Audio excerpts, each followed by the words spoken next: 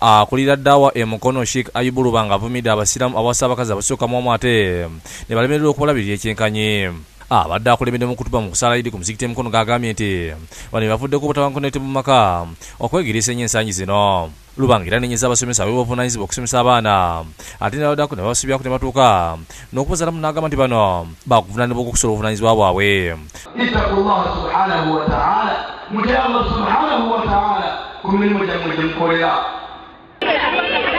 N'omuduumizi wa UPDF Gen. Katumba Wamala agabudde abasiraamu b'e Kasawo ekijiro kya Idi n'abakuutira bagende mu maaso nga beeyisa bulungi nga babadde bakola mu kisiibo. Gen. Katumba obubaka butisse omuyambi gwe Juma Were mu kusala Idi okubadde ku kisaawe ekitovu mu Kasawo.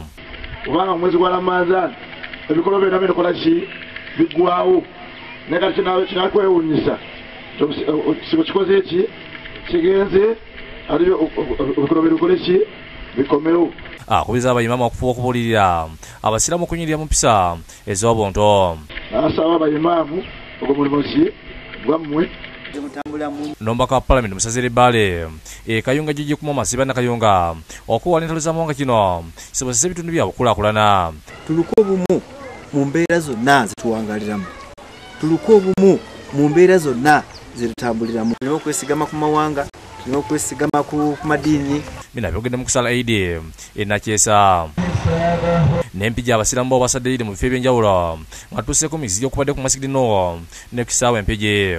Mu kusala okubadde mu kiseera empigi okulemeddwa Discus Abbas Batira abulidde ku mulamwa gw'okwegatta n'okulaakulanya obusiraamu. Ab'ebitiibwa tulongoose ow'ekitiibwa Allah subhanahu wa ta'ala tugamba falamma nasu ma dhukkiru bihi abaana Adamu be nabateeka ku nsi ne mbaka amateeka ge nabagamba okubeera nga bakola ne bagaana. Ate ku Masigidi North okusala kukulemeddwamu Sheikh Amukigozi nga n'abasiraamu batabukidde abakulembeze ba disitulikiti abatalina kye bakoledde disitulikiti.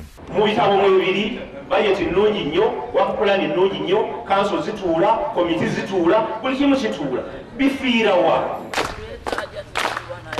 Mu ngeri emu n'abasibe mu kkomera enkozi Idi tebaviiriddeyo era omumyuka wa Kayima Okuta Hajji Makisima Nayiga abagabudde n'abakulisa okuyita mu kisiibo. Nze okulowooza bwe kiti abasibe datunulidde abasibe bano ne mmanya nti buli muntu kisobola omutuukako kubanze nnyina abaana abasibe.